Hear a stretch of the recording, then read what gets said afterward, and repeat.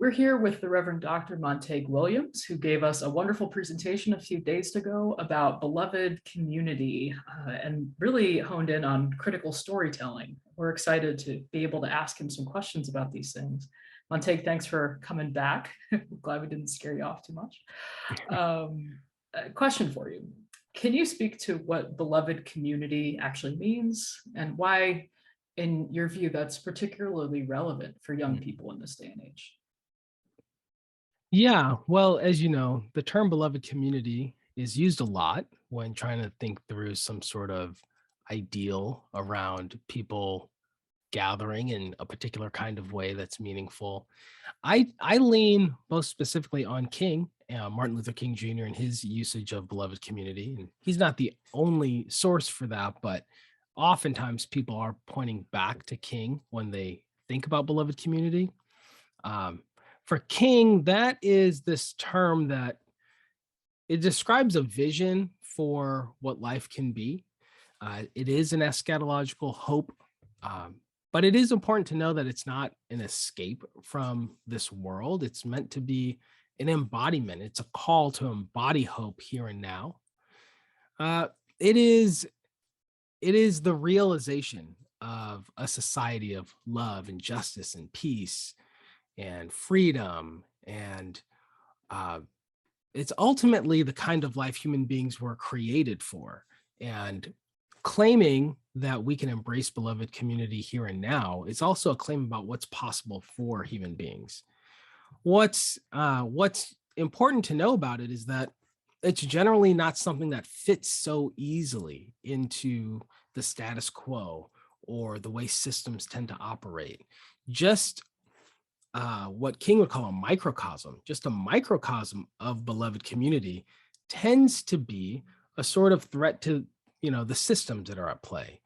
And it takes courage. It takes courage to live out beloved community. I think one thing that makes it really important for young people in the work of youth ministry is that beloved community is inherently about togetherness and belonging.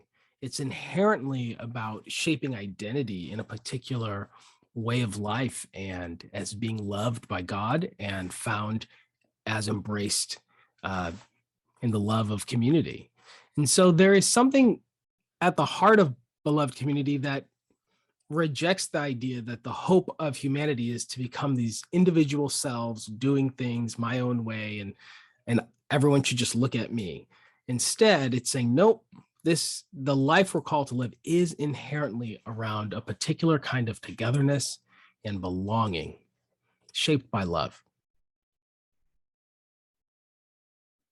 I love that because it seems like there's a little bit of there's accountability there, right? It's not just I'm going to transform myself, important though that may be. It's also with an outward focus on the greater society and the community and the culture around us, which does make it countercultural in our Western understanding of the individual being the force for everything.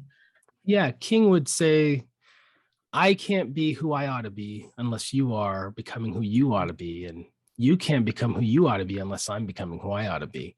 It's, his claim that human beings are, intertwined, that we are interconnected. I guess I should also just say that beloved community, when lived and embodied, it rejects injustice. It's not just any old kind of community. It's a community that is rejecting injustice, and it's injecting the many forms of injustice. And so it takes a good amount of work. It takes learning. It takes a sort of dance of growth. It takes commitment. Yeah. Yeah. Thanks.